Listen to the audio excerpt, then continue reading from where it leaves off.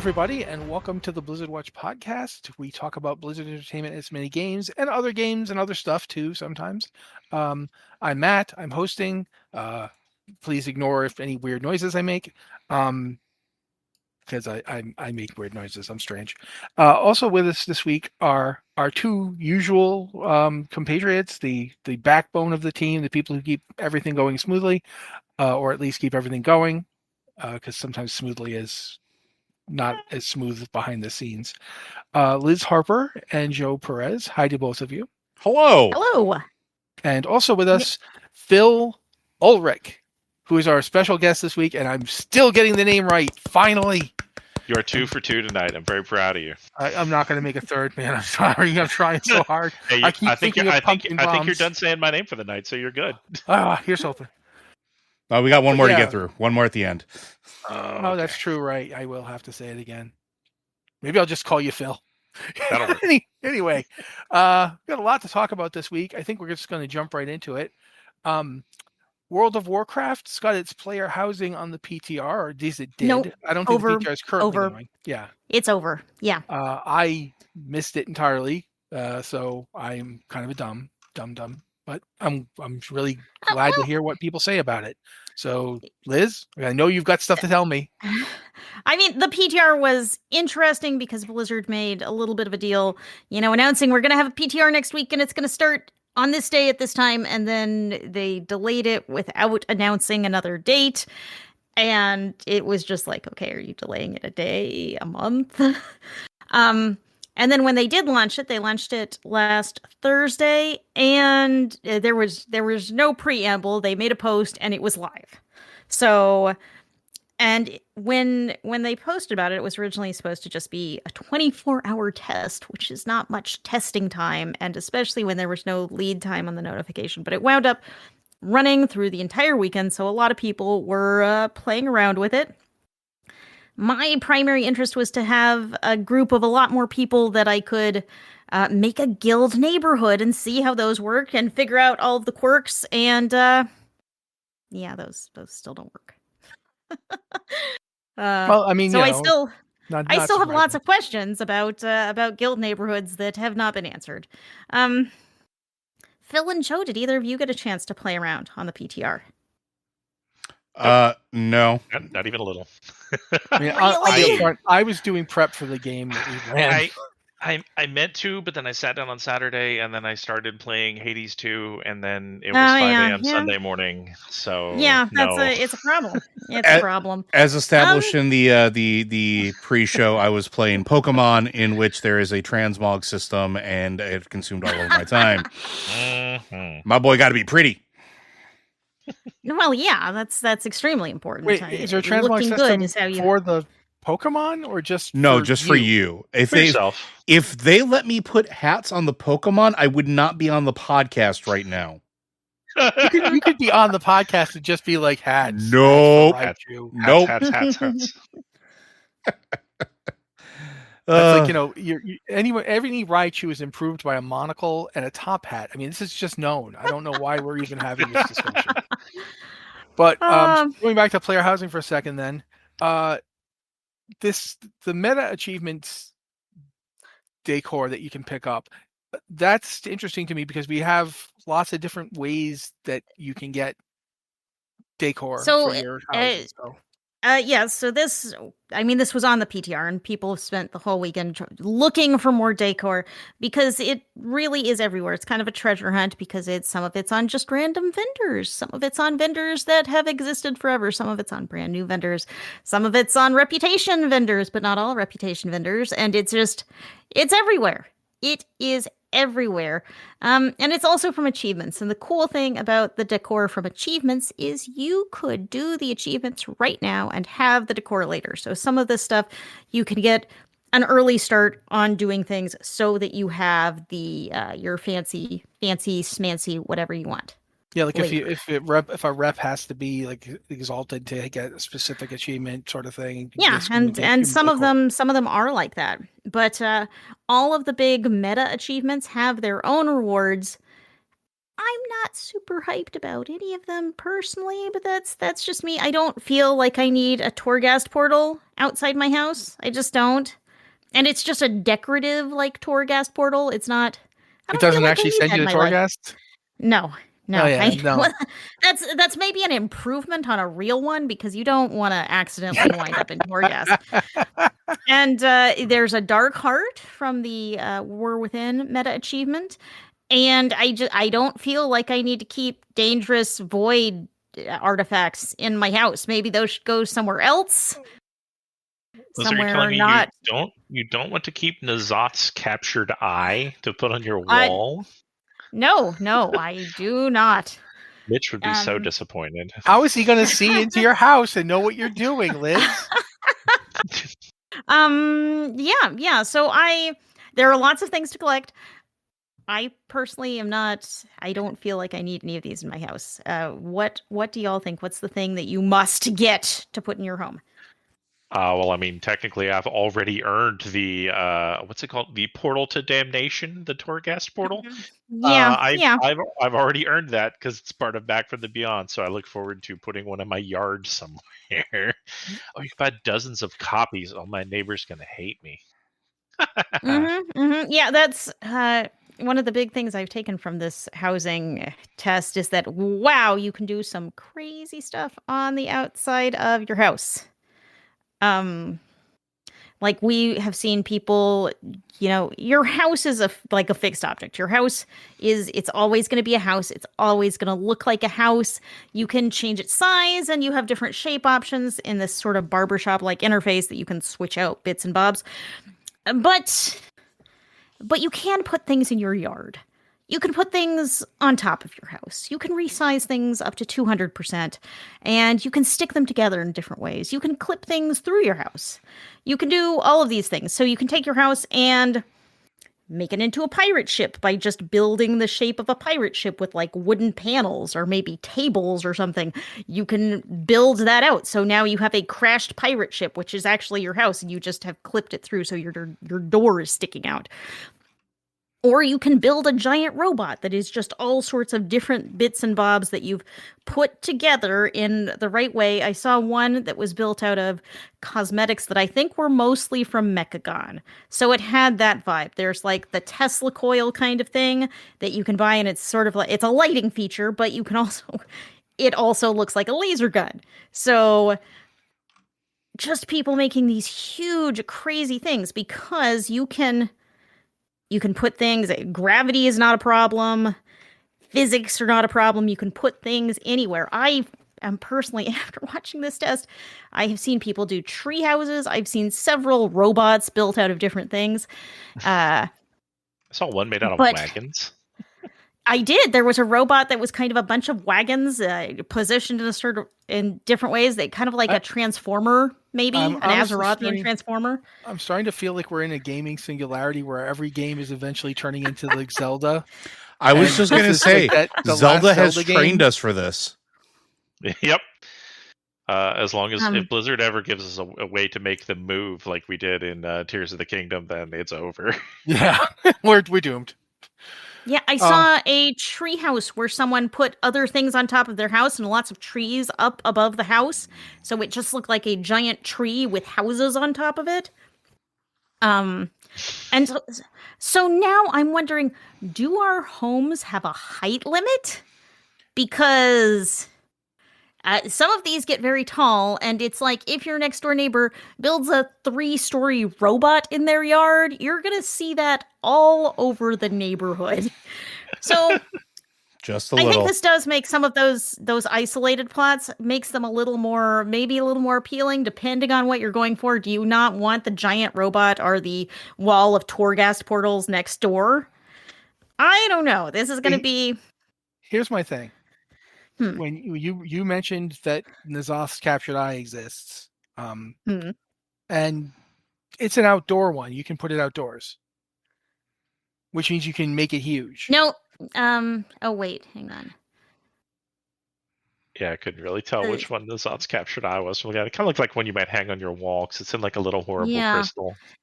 Some things are indoor only, some things are outdoor only, and some things are both. And I don't see a Object may note appear as to closer what in this mirror one is. type thing. Yeah, if Hmm. it is, if you can take any of these outside, there's some of them that would look really cool as a gigantic thing on your roof, like the Dark Heart. You might not want that in your house, but my God, imagine having it like the bat signal outside your house, Uh-huh. pointing up at the sky. I mean, I think I would do that. I think I would festoon the place with Dark Hearts. But I am sad that at no point, like, there's a lot of eye-themed stuff Hmm. in World of Warcraft, and none of these are mechanical eye. Like, I want the eye Yeah. that Odin gave up, that we literally Oh. had to fight in Shadowlands. The eye the jailer was using, why isn't that thing something I can put outside my house staring at people? I mean, that's come on, that's more of guys. that's more of a creature, not decor. Anything can be decor once you kill it. Anything stay core. Okay, yeah, hanging on your okay. wall. You're right. You're not wrong. It Oh. wouldn't surprise me. This thing is such a common thing to have seen in the mall that it would not surprise me if it ends up on like a list somewhere. Like It's this gotta looks like be. something Venari should sell you. Yeah, absolutely, it does. And let's not pretend Venari would be above doing that. Mm-hmm, Oh, absolutely not. But I'm going to actually switch to a question here because you asked it, and it's a good question to have the players thinking about. Will we have another housing PTR? I'm going to hope we do. Quite Yeah. frankly, this thing should get tested a lot. So yes, they should have more, but I have no idea if they will. What do you think? And- Since you were most involved, Liz. I mean, yeah, I think it definitely needs more testing. I heard reports that house stealing may have still been a thing, that was not completely resolved. And I think they need a big, wide-scale stress test. And of course, they're going to get that when they roll out the midnight beta and more people start getting into the midnight beta, which is full on housing. This was a small test of patch 11.2.7 that just happens to include the housing early access. So I think we need another test. I think we need a bigger test, maybe with a larger announcement of the test happening so people can really jump in there and get in with their ideas and their craziness and, try and do things like guild neighborhoods and charter neighborhoods, which are the private neighborhoods, and see, fully test out those tools, which is hard to do with a limited player base, and some of these things are hard to do because there are bugs still, because we're a little early. You mentioned in this thing that we have add-ons and tools already. Yeah, there are actually, if you're super into housing, there are actually already a lot of tools that will help you collect decor, will help you find all of the things you want, will help you. Okay, what achievements do you need to do to collect all the decor? Because there's a lot of decor from achievements, but, keeping track of which achievements have decor is kind of a fool's errand. There's so much.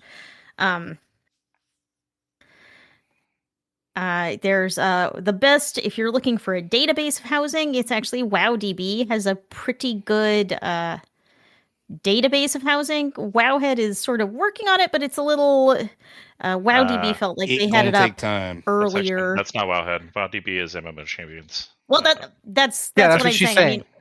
I mean, Yeah. I'm saying WowDB kind of beat Wowhead to the punch here, and they have a pretty good database coming together that's easily searchable. Like, part of the problem with Wowhead is Wowhead is massive. So if you go to Wowhead and search for chair, who knows what you'll come up with. But MMO Champion, their WowDB has a specific housing hub where you can go in and search for specific furniture, and it has information about where it comes from that'll help you sort of narrow down what you need to do, where you need to look for these things. And there's the completionism add-on. Is it an add-on or a website? It is a website. It is a very cool website. Yeah, it's a website. Yes, that just tracks all of the things you do, and it's integrated. It knows housing stuff to help you track your collections. So there's a ton of tools out there that can already get you started on collecting decor of all sorts. I feel like you have to mention the WowKia Discord server just because its name is WowKia. Yeah, WowKia that's a killer name. Yeah, it's very cool. Some of the YouTube stuff is cool. The video is on. Yeah. Yeah, go on, Phil. The video that went around for a while on how to fake a basement including things like talking about the decor limit in Mhm. details you had that a lot of alpha testers haven't published or anything. Is really really cool. Yeah, because I mean, honestly, let's all be real here. We're all going to want to eventually create basements or bunkers or something. Yeah, and I mean that's the cool thing. You can fake a lot of things. The interior of your house is totally disconnected from the exterior. And even though you can't build a basement, you can put all of you can fake it. You can fake anything inside your house, and it's going to be crazy to see what everyone comes up with when this goes really wide. Yeah, there's also there's already add-ons for taking tours. There's the one on WowDB actually is it's not an add-on, but it's basically a virtual reality tour you can kind of take, looking around extraction housing hubs. So they have pictures of the different houses in housing, and we have also posted pictures of the different houses in housing. If you hit YouTube, you will find some video tours.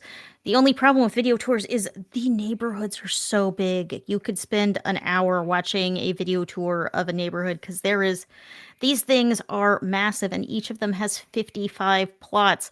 They have 6 or 7 flight masters in them if you want to get around that way. So that's neighborhood. It's hard to explain this because it is such a large system.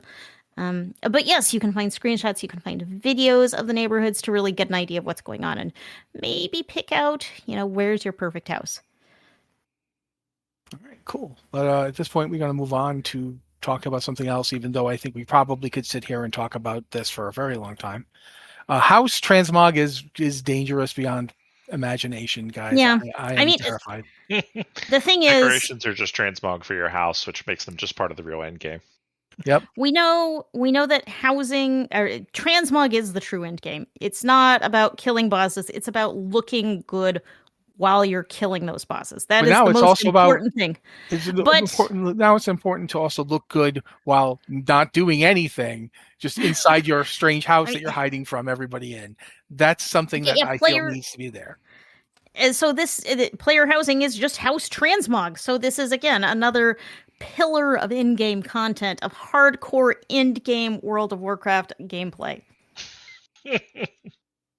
I don't know why you're laughing. I'm completely serious.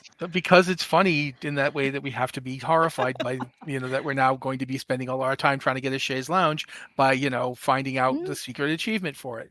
But now let's talk about the War Within really fast, because right now the Turbo Boost has started on the current live servers, which is stuff like not crests anymore. Those are gone. Nope. I want you guys to explain what is gone. Crests. Actually, Phil, do you know this one? Do you have a rundown for us? Yep, this is pretty much the time of the year where Blizzard says, "Okay, you want some gear? Go get your gear. Here it comes." So crests are still here, but they are finally uncapped, so you can earn and also convert as many as you like. Valor stones are also uncapped, and they are once again tradable between alts. So if you got an alt who's just sitting on 2,000 of them they can't use, trade them over, especially since those are still capped as far as I know. Catalyst charges, I believe they're increasing the rate we're getting catalyst charge. Oh, the catalyst charges will now drop from dungeons. That's right. From the dungeons, from the raid, from delves of rated PvP. So if you still need to pick up tier set pieces, whether for alts or transmog or the world's unluckiest season 3 main, you can pick up you can pick up tier. I believe you are still wearing a champion piece, aren't you?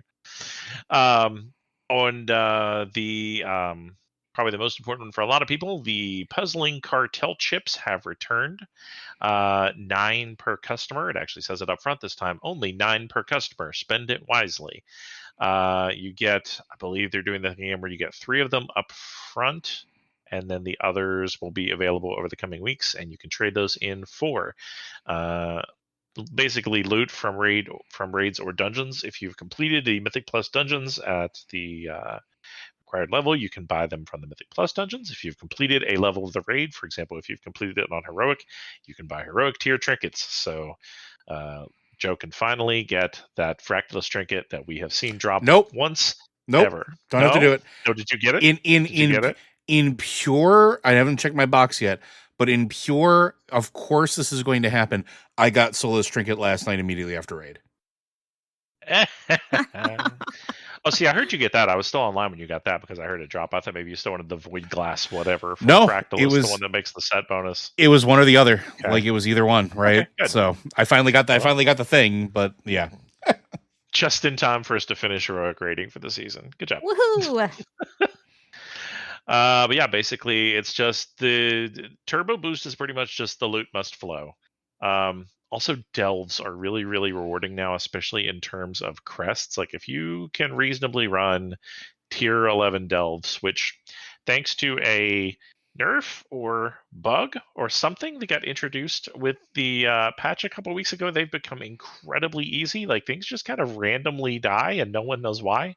Yeah, I have been wondering Yeah. about that because I've been doing my 3 delves a week to get my extra crusts, and sometimes I'll be fighting something and I'm like, wow, your health is going down really slowly. I need to think about defensive planning, and then it's just dead. Yeah, Gone. things are just collapsing, and no one seems to know why. But I personally think that Bran just picked up a new ability and isn't putting it in the combat logs. But No, what is happening is Bran is talking to. yeah, Oh, it's amazing that you're here. you can't live there, and then they die. But there is a cool new feature of this one that is actually something entirely new to turbo boosts. Once you can now, your bountiful coffers at the end of tier 9 and up delves can drop untainted mana crystals, which for the first time you can use those to buy hero track versions of the delve trinkets. Previously, some of the delve trinkets were tuned really, really well, but you can get them to drop very rarely from your vault, or you could buy them from the trinket vendor in the delves at champion tier. But this is the first time you've actually been able to selectively buy a really good delve trinket at hero tier. And there's still some of those delve trinkets that are competitive with like myth track trinkets. So that's just something new for people who like to continue to optimize here in the back half of the season. Now they've got another source of things to consider. So now we should talk about this Hallow's End stuff because, wow, who doesn't want to get a mount that won't ever drop for you? So I do have a question. Of the 4 of us here, who has the Headless Horseman's mount? I have it. I got it the first year it was available. Oh Yeah, my god. I've actually had it. I've got it in my bags even because I had it already and then it dropped before they stopped doing it that way. So I've actually got one in my bag still. I got it the first year it was available, and I have discarded 2 since. Yeah. Oh my god. I've even also got the mount from Stratholme that kind of looks like. So I look forward to paying for my crimes by having this new one never drop for me. Yeah. Yes. So as I understand, there is a new recolor, and you can also get an alternate recolor from the trading post. Am I right about that? There's a new one. It is a new kind of high res version. It's kind of cool looking. Yeah, I don't have any Headless Horseman's mount, and I don't have any of Rivendare's mount from Stratholme, despite having soloed that dungeon endlessly in Burning Crusade, trying to get that mount. So, yeah. Yeah, I always feel bad when people ask that question because I know I'm going to be like, yeah, I have it. I was just curious. I've frankly kind of given up on rare drop mounts. It's like, this is just not going to be worth the time it takes to like farm it every day. And Blizzard has made it easier to do the everyday farming because they're either rare mounts are either you have a chance to get it only on the first drop of the day, or you have an increased chance on the first drop of the day. So it's not worth farming endlessly with an army of alts. But still, I feel like it's just, am I going to be riding around on this enough to want to make the time commitment? And most of the time I think, nah, I can live without this, and think of all the hours I can reclaim in my life. Yeah, see, they've added a new 2-hand weapon. Well, that will actually be probably a little easier to earn. Yeah, I'm gonna have to run it at least some. It's also the appearance goes straight to your Warband collection, so yeah. Mm-hmm. If you get it on your, if you get it on a character who can't use it, just like So to clarify, the Headless Horseman's Reigns, the old one, has a higher chance of dropping on your first attempt of the day, but can drop any other time of the day. The new one, the Headless Horseman's Ghoulish Charger, according to Wowhead, can only drop on your first. Although, and that's the new high res one with kind of a fancy horned armor and glowing green hooves. And then the armor pieces, one random piece will drop per day until you have them all. There's a whole Headless Horseman's ghoulish attire this year. I will also say I'm always nostalgic for this holiday for one reason. I first got the helmet on my Tauren back when it was bugged. Do you guys remember the bug? No. Other than how it normally looks on Tauren, no. Okay. Right now, the way it looks on Tauren is it's just up on the head. It used to basically replace your head and torso. You were a gigantic headless horseman helmet just all the time. You would just walk around. Your arms and legs were coming out of it like you were a Halloween themed MODOK. And kudos to anyone who gets that reference. So yeah, I had, there's the place we used to work, aka WoW Insider. I used to have the warrior column for a year was just pictures of my Tauren with that giant helmet replacing his entire body. It was, and then they fixed it one day, and they didn't announce that they fixed it. They fixed it when they fixed the orc shoulder problem. Remember the orcs used to have super small shoulders for some reason? Remember that when the orcs were very... Yeah. They fixed that, and as a result of fixing that, they also fixed the Headless Horseman thing. I was so sad. I was like, no, it just looks like a hat now. It's just there on his head. So yeah, I've always remembered fondly that helmet. I still got the original helmet that I got. I think I was level 60 when I got them. So yeah, I love the look. I love the look of the new armor. I'm quite, if nothing else, I'm happy that they've got some more transmog stuff in here just for people who've not got it for some reason. But I hate mounts on these bosses. They stress me out. I mean, I get why people want them. They're beautiful. This new Headless Horseman mount is, I think you said it was upscaled because that's kind of what it looks like. It's just a higher res model, but it's really nice. Yeah, it's just kind of a new Halloween-y model for him. I don't even think he rides it during combat, actually. No, I don't think so. I think he's still using the old one. Yeah, but if people do want one that's a different color but without worrying about the random drop, the October Trading Post has a light-themed one, the Headless Horseman's Hallowed Charger, and also a whole light-themed set of the armor and the weapons. So there you go. Yeah, I'll be stopping there as soon as the show's over. Yeah, it's such a good-looking two-handed sword too. Yeah. Also, we should mention that the Legion Remix is now on Phase 2, which is adding in the Suramar campaign and the Nighthold raid and the Return to Karazhan dungeon, which is itself quite a trip. And apparently they're doing phases every 2 weeks. Yeah, I mean they're rolling through the content really quickly. It's I've wanted to do Legion Remix. I haven't gotten around to it yet, and now I'm like, oh, I may need to do this faster than I thought I needed to do it. So. Okay, well, let me give you the good news here is that you have it. It's a 3-month event. It's running a little over 3 months. It lasts until January 19th. You have time.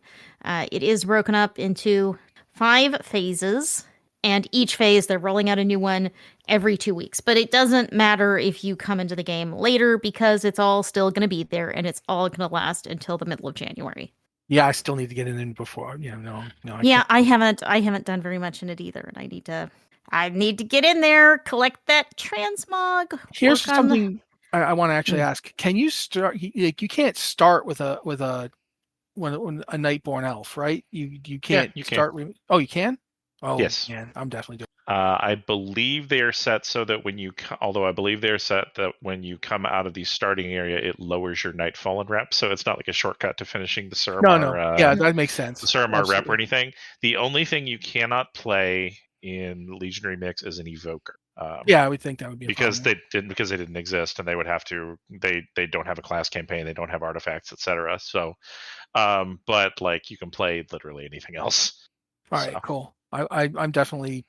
I only have 2 Nightborn, so I would where you're going. So yep, I have rolled a Nightborn warrior in honor of the one that I rolled at the end of Legion just to get the Prot Warrior Mage Tower appearance. Had never played Prot Warrior prior to that point. rolled her up in the waning days of Legion, leveled her up, geared her through LFR and dungeons as well as I could, and then went, oh, let's just take a swing at this, and did the tank challenge in like 10 tries. Yeah, Prot was really good at that. That was one of the most fun ones we did. It's because the Prot Warrior version was nerfed compared to all the others, because they had no defense against magic. They would have just died if it was the same as all the others. Yeah, back then they didn't. Yeah. All right, though. That's basically it for World of Warcraft. We got through it in like a little bit more than half an hour, but hey. Diablo 4. Diablo 4. All right. Liz and I are going to pour one out for Diablo 4 while you guys talk. No. But Diablo 4 Season 11, it's been announced. The PTR is live as we're talking, and it's live to October 28th. So you got a week to go look at that PTR, which is, par for the course for Diablo PTRs is like a week. And then maybe sometimes they might come back with another one, but usually they don't. Diablo 4 has never come back with a second PTR. Diablo 3 has sometimes, but Diablo 3 4 did. sticks to these. Diablo 4 sticks to these really fast PTRs, and this is a patch. This season is one that feels like it could really use some very thorough testing because there are significant changes. But we're getting a 1 week PTR. Have fun. And I don't know how to explain the season journey switch to season ranks without sounding incredibly cynical. I'm going to try, or Liz, you can try. Okay. Do you want to go for it? I'm curious. Go for it, and I will jump in if I feel like I need to. Okay, guys. Basically, if you remember the season journey stuff, it was essentially pretty straightforward, although somewhat, you just had to do a bunch of stuff, get these achievements, click boxes, and as you did so, you would advance in the season journey. Now we have the season rank, which means you still have to do a bunch of that stuff. Like you still have to do a bunch of, side achievements and so forth. But in order to actually advance, you have to clear a capstone to each rank of the season, which is like each level of the season journey. It's now you have ranks in the season that you must get through these capstone dungeons in order to progress. What that ends up doing is, amongst other things, is if you remember, like if you start a season character right now, you'll essentially get like about 10 points. 12? Yeah, 12. Yeah. Sorry. You have like 12 points to spend on talents and stuff to get your character up. And that won't be here anymore. That's a holdover. That's about that's a whole another thing. That's about renown. If you did these tasks in the base game, if you found all the altars of Lilith, if you advance the renown of each zone to maximum, you got all of these bonus, which included bonus skill points, bonus potion slots, things like that. Gone. All of it. Gone. Bye. Forever. You are locked to 4 potion slots. Forever. That's it. There are no more potion slots. You do regenerate potions over time. I think it's maybe 1 every 30 seconds. So I mean, you're gonna have your 4 potions, but you don't have more than 4 potions anymore. And you will be able to earn the same number of skill points. You aren't losing a dozen skill points, but you will no longer log in and have a dozen skill points because you've done all of this work in the game before. Right now, if I log on my character, I think I don't think I have 12. I think I have 10, and that was where my confusion is. But I start the game and boom, I have 10. Like on my first level. I could be wrong. Characters. No, I think you're right. I think it just depends on how many of the things you have, and I haven't finished them all. I finished most of them, but whatever, that's not going to be there anymore. So, admittedly, it's not really necessary to kill the wolves you first see when you start a level 1 character on season. It's not like, oh, if I don't have those 10 points, these wolves are going to destroy me. They don't. It's quite you're fine. But it is still surprising. It's like, what? It gives you a jump start, and it gives you a jump start if you have previous experience playing the game. It gives you a little boost at the beginning to help you get started. Yeah, and now you don't have that, which I am fine here. I also find the fact that they just took renown out to be it's hard a weird one. I'm frankly a little confused by some of these changes. And they do kind of universally feel like most of them feel like steps backward to more like the launch version of the game. That So it's like when the game originally launched, we had capstone dungeons that you would complete in order to unlock higher difficulty levels. Those went away. Now we're getting new capstone dungeons, which aren't tied to difficulty levels, but are required to advance in season rank, which you will need to do to unlock rewards, to unlock your season blessings, and things like that. And Yeah, it feels like we've gone a few steps backwards. The changes to defensives are the same way. Yeah, we should talk Defenses about are those. going Oh to have Lord. diminishing returns again. So the higher the number goes, the less you are getting for each point. So yeah, Um, it so becomes it's going to be impossible antithetical. Yeah, 100% of anything. yeah, it's And impossible, and you shouldn't bother stacking stuff. Yep, absolutely. yeah, well, you stack to a certain amount, but yeah, there's a new physical damage resistant type, and all of your damage resistances are kind of combined into one stat called toughness. Which, if that sounds familiar, you've probably played Diablo 3. Yeah, Um, pretty much. but this does sound like some changes to defensives that make it much more like it was at launch instead of the way it is today. So it's going to play a little differently. Um, And this isn't just for seasons. This is a permanent rework, as far as well, at least until they decide to change it again. yeah. So I This mean, is just everybody. season rank is a seasonal system, but by my understanding, yes, the renown system is just going away. And that also means that the defensive changes are also just there. That's Yeah, you're they're going to just get them, whatever. they are just changes to the base game. So I mean, I think I don't want to sound like a complainy person, especially since there's also changes to tempering and masterworking that we should probably talk about. Where you can Yes. pick it's actually a good change in my opinion. Yeah, this is an extremely good change. This has changed a lot of players have been asking for because tempering has a lot of RNG. When you're tempering a new affix onto an item, you have a random selection. It gives you can select like a category, and it gives you a random one in that category. Yeah, and You may not want the one you get, and you Yeah. may re-roll it, and then you run out of re-rolls. So you can have a perfect item, but to make it like the perfectest of perfect, you need to get the specific thing. And if you don't get the specific thing, throwing it in the trash. Yeah, especially since masterworking can literally brick an item. Yeah. Yeah, It can I leave a will piece. just say about one minor thing. Renown will remain in the Eternal realm, but the potion Okay. capacity changes are taken off of Renown. Those still affect the Eternal realm. Mhm. But also things like the Altars of Lilith now just grant some XP. Yeah, rather because than permanent stats previously and power. I ran around getting every single one of Yeah. those things just to make sure I got the extra talent point. Feel silly, but it's Yep, fine. Yeah, I think last time I played was me doing the same thing to get the Tenets of Akarat in the expansion area, and cool. It's just doesn't matter anymore. Cool, thanks. I'm glad Woohoo, I'm glad I I'm spent that weekend. Yeah, woohoo! Yeah, Mhm. Now that doesn't mean it's not it's a necessarily bad all the way around, but it is. There is a philosophy in the design of Diablo 4 that I call sometimes we changed it just because. And sometimes the changes have been good. Like I think that the revamp they did just before the expansion came out was actually really good. Like it really improved the playability of the game. I'm not feeling like these changes to seasons have improved it, or at least I not think like changes like the potion thing going away. I don't feel like that's improving it. I think one thing. Oh, go ahead. Go on, Phil. I will say now.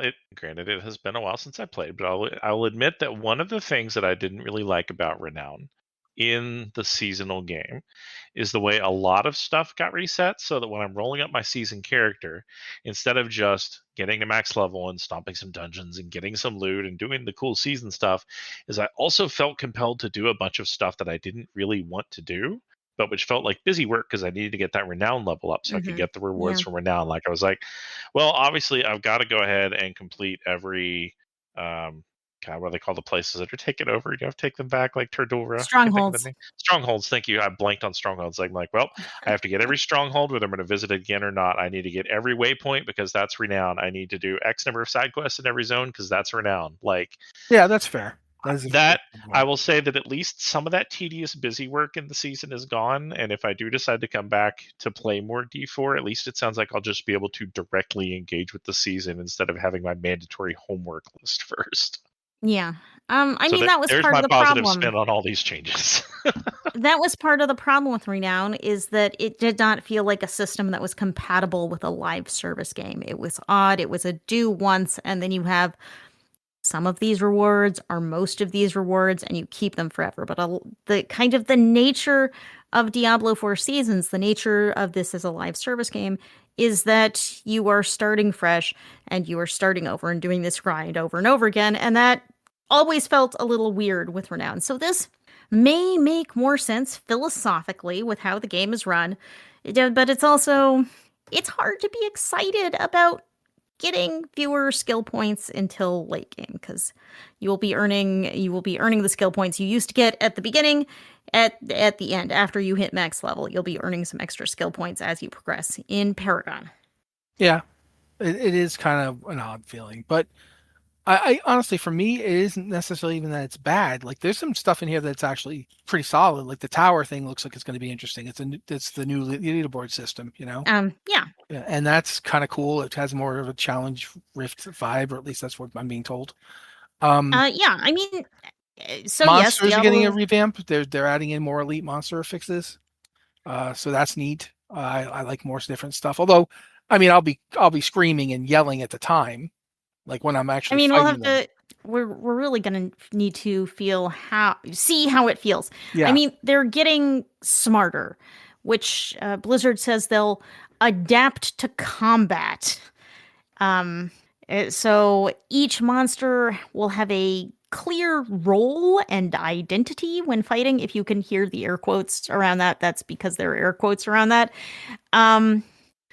To make them less predictable and be more dynamic. So One of the monsters will be dropping buzzwords at you. The quote I liked good. from the description of this was that the monsters have learned what AoE is, and Yeah. will not all just group up together.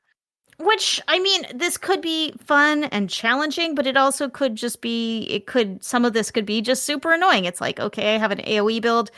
Diablo particularly loves to throw just tons and tons of monsters at you. And if you're just fighting one at a time, that may not feel fun. That may not be the exciting monster crushing experience that you enjoy.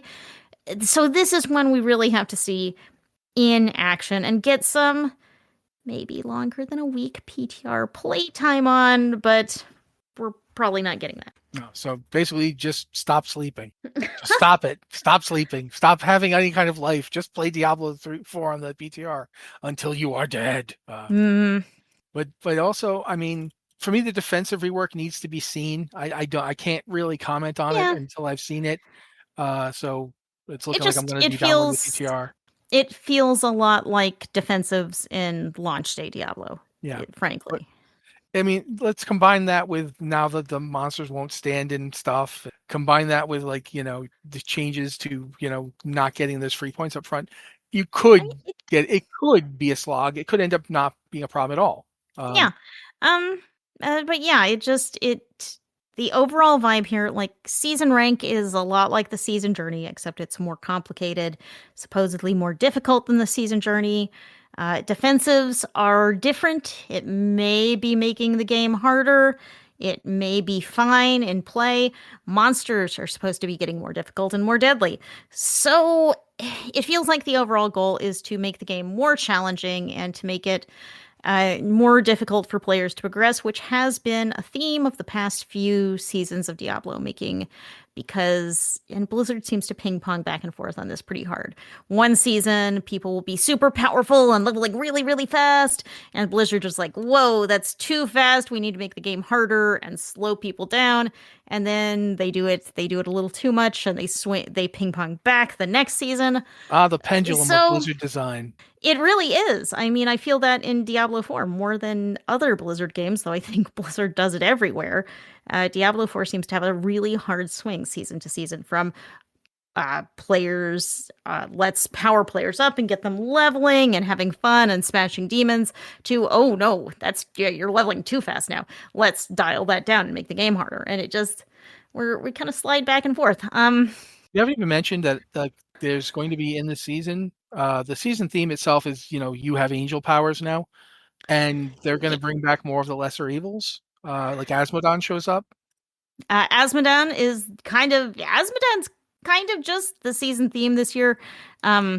This season, not this year.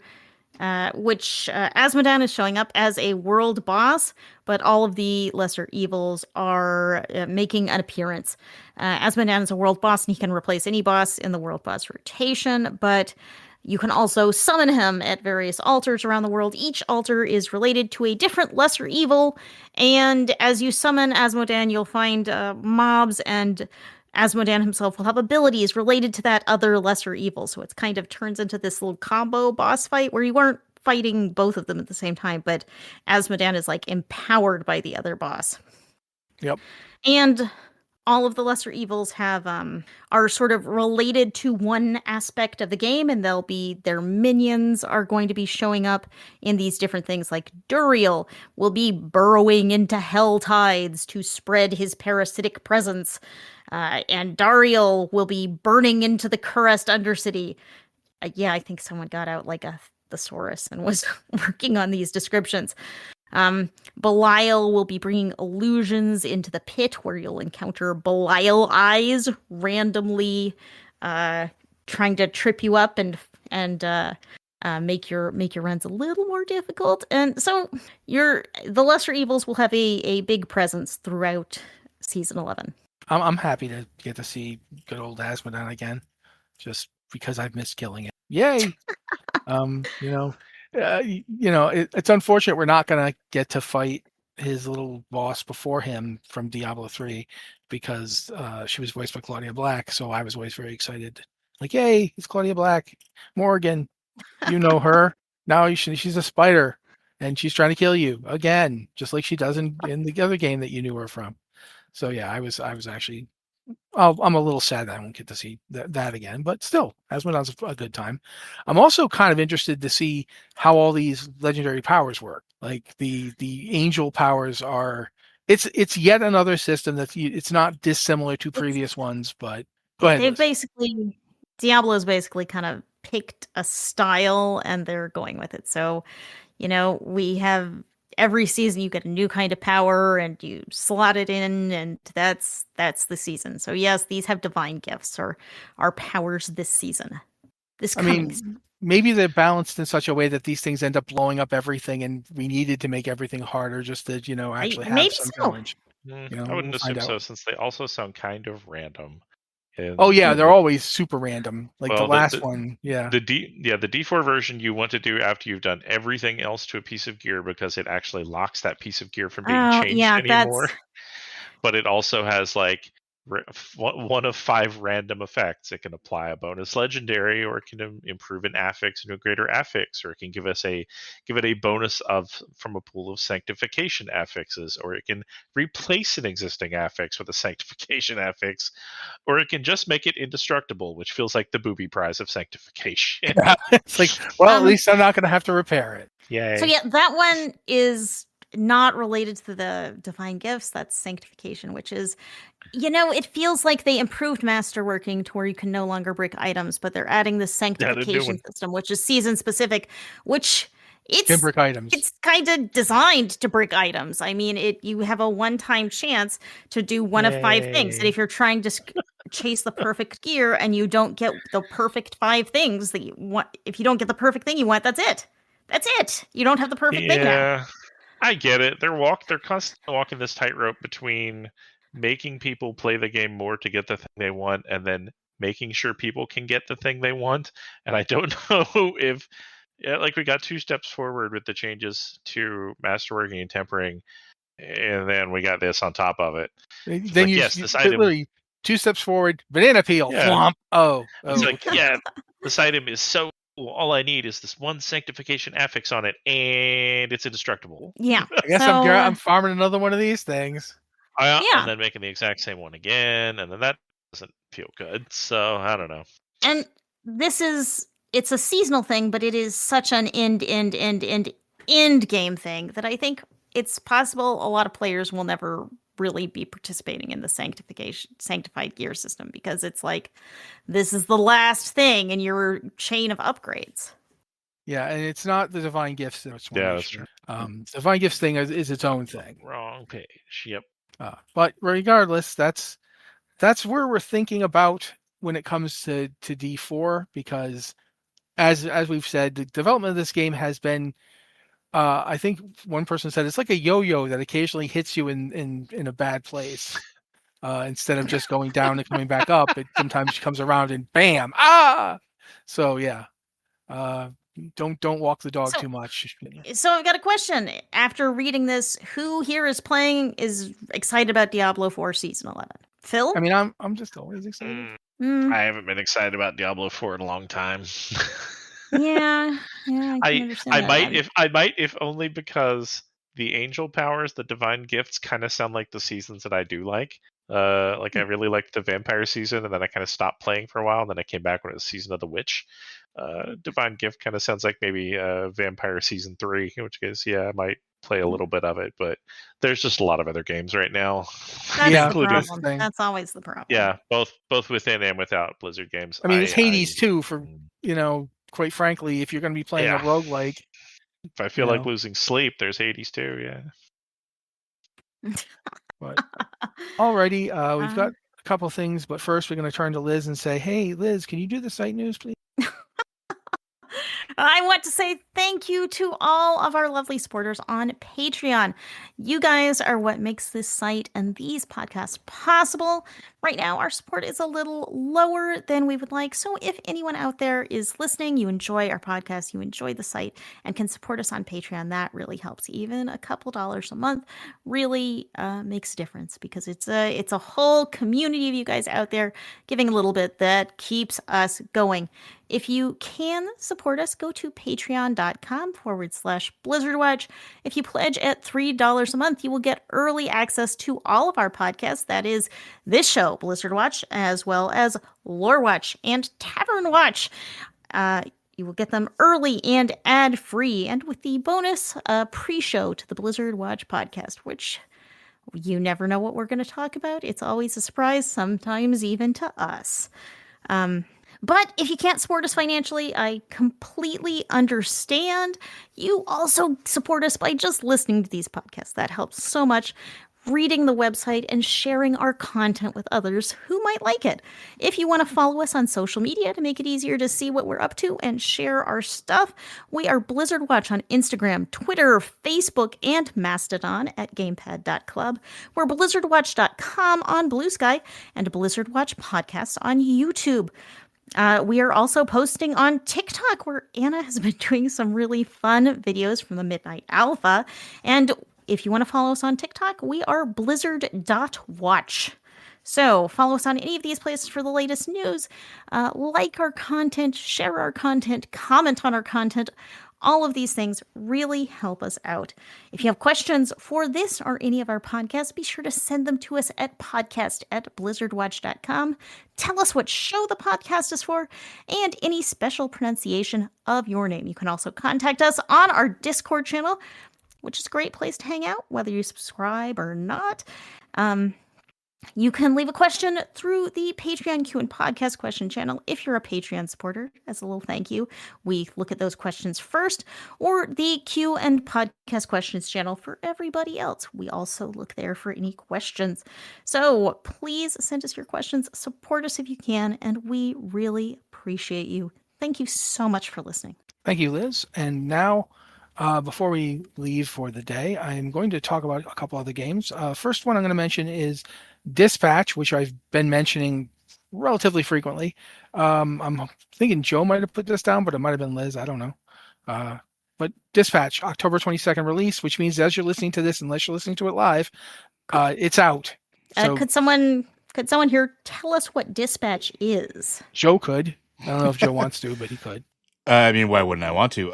If you remember the old Telltale games, it is in that vein, made by a lot of people that worked on some of the Telltale games.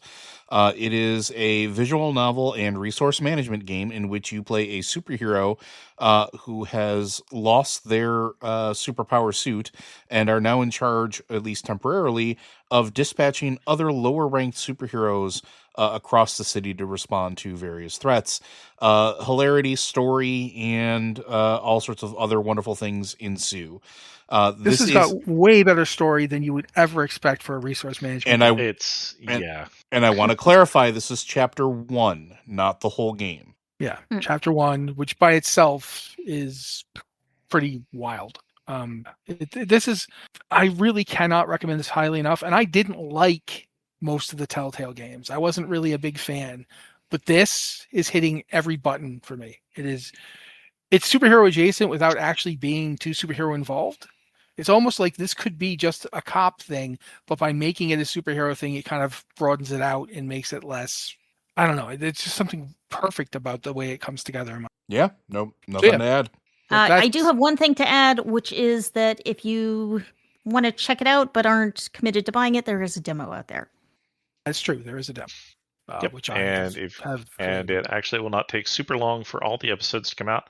They're actually showing that October 22nd will be episodes 1 and 2, and then they're releasing, looks like 2 episodes a week up through the last 2 on November 12th. So I don't know how to find time to play all of these things. There's too much going on. Yeah, this is a problem because, at least for me, the next thing we're going to mention is that The Outer Worlds 2 is now going to be on early access on October 24th. With a full release on the 29th. So, yeah, that's happening. And it's hardly the only late October game coming either, guys. October is pretty jam-packed this year. There's quite a few games coming out in it.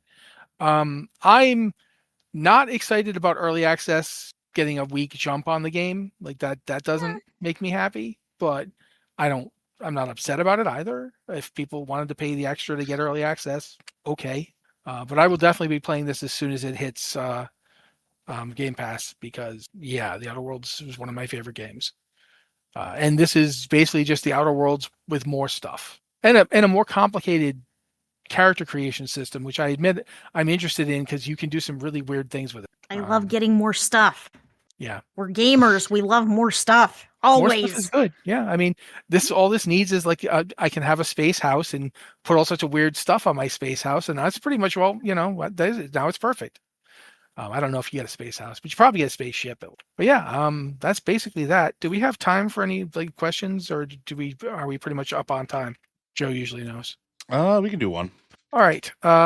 This one's been getting asked quite a bit, so I'll throw this one in there. Memeth asks, why are holiday dungeons like the queues for Cordon Dryru not as redone as story mode things? I realize there are holdover from beforehand, but having them change so it could be more soloable, no wait, and able to group up if you wanted would change it. I mean, it would change it, but is that necessarily a good thing? I don't know. Let's, Joe. So it is mostly just a holdover. I don't know if they would ever really consider changing it to a solo thing, simply because it is all the holiday events tend to have some element of social history to them, and dungeons happen to be that in another aspect, right? Like I get the desire for it, but also I feel like holidays have sort of taken, I don't want to say a back seat, but they're not quite as important as they used to be. Like WoW used to be the only game that did in-game holidays, then everybody else started doing it, and now it's just kind of a thing that exists and has been there.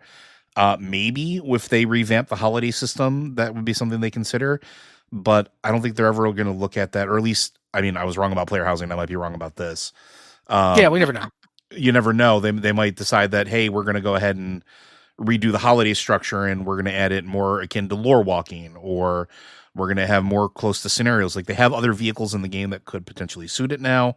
So maybe they will get a revisit. But for now, I think the queues are so fast and everything else is so entrenched with them that, I mean, I don't see it anytime soon. Liz? I really think what Joe was just saying about how fast the queues are. You can get into these bosses really fast, even doing a DPS queue. And usually the fight is super fast also. Sometimes sometimes so fast that you don't even realize what is happening, which is probably one of the reasons a story mode version would be nice, because you could actually see the fight instead of having the fight over before you've actually had a chance to even load into the space or see the boss. But I feel like the fact that it is so fast and easily accessible to players of all classes is what makes it less likely to get any kind of story mode or lore walking mode. Because, one of the reasons we get story mode raids is that there is a high barrier to entry there. You can't just walk into a raid and do it with just a couple of other casual people. You don't always see that. You can't see it quickly. It's a big time commitment. So that makes it easy to see things in the game that have really significant story elements, but are really kind of locked up behind a lot of time and effort. Whereas the holiday dungeons, all of them have their own little interesting story. They have interesting environments, but they're very accessible through LFG. So I also don't see it as a big priority for Blizzard. One of the things they did do specifically with Hallow's End was a couple of years ago, they added new story quests, so you can go in and get some more story and backstory for the Headless Horseman by doing the quests. And that's not part of the dungeon, it's just lead up to the dungeon. So I could see more things like that, where there's more content around the holiday instead of maybe making a story mode or lore walking mode of the dungeon or event itself. All right. Phil, anything you want to add? No, I think it sums it up pretty well. I think the difference is that they, like, for the last couple of expansions, they've really focused on telling a coherent through line story in at least the first patch of the expansion, usually leading up to the raid. And the problem is the story for WoW's zones has always ended in WoW's raids. And for a long time, that was locked behind group content, which is not something everyone is capable of doing or wants to do. Which I realize you could say the same thing about holiday dungeons, but also the holiday dungeons, you're in and out in 5 minutes. It's fine. But it's way less of a time commitment and social commitment compared to a raid. So I think I'm fine with them restricting story mode to just being, here's what happened at the end of the raid that you might normally have not gotten to see, or that you might not have gotten to, like, watch this cutscene because you could only get this in LFR before, and there's like 24 other people who are chomping at the bit to just kill this boss and get out of here.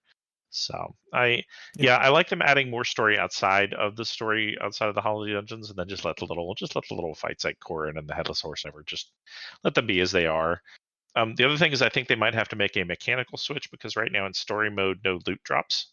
So they would probably actually need to make essentially a second version of story mode that has loot, which right now all the holiday dungeons. At least the first time a day, which is another thing. I might have agreed with this when there was still an incentive to run 50 alts through these dungeons and try and get a drop. But right now Blizzard has really disincentivized doing more than one a day, unless you really, really, really, really, really are still working on your Headless Horseman's reign. So which good luck to everybody.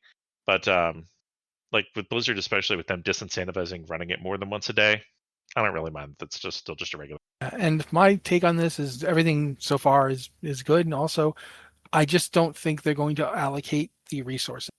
Like, there's so many things to work on. There's so many things. They're doing a lot. Yeah, and it's coming pretty fast. Yeah. Like, I mean, so whilst I'm not going to say, player housing costs us a raid tier or whatever, you guys remember the way the meme worked.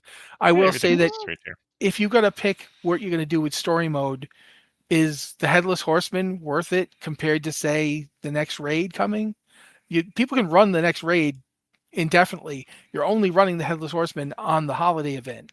Mm-hmm. And then then for the rest of the year, it's just something that isn't there. And honestly, some of them don't really even have enough story outside of the quests that lead up to them anyway. Like, are you going to go fight a Hoon? Like, I just feel like, is anyone really that I want to see what happens with the Hoon. He shows up and you kill him. Yeah. It's not like he doesn't have any real reason to be there other than we want to get a stick off of him. So yeah, I don't feel like they're going to allocate the resources.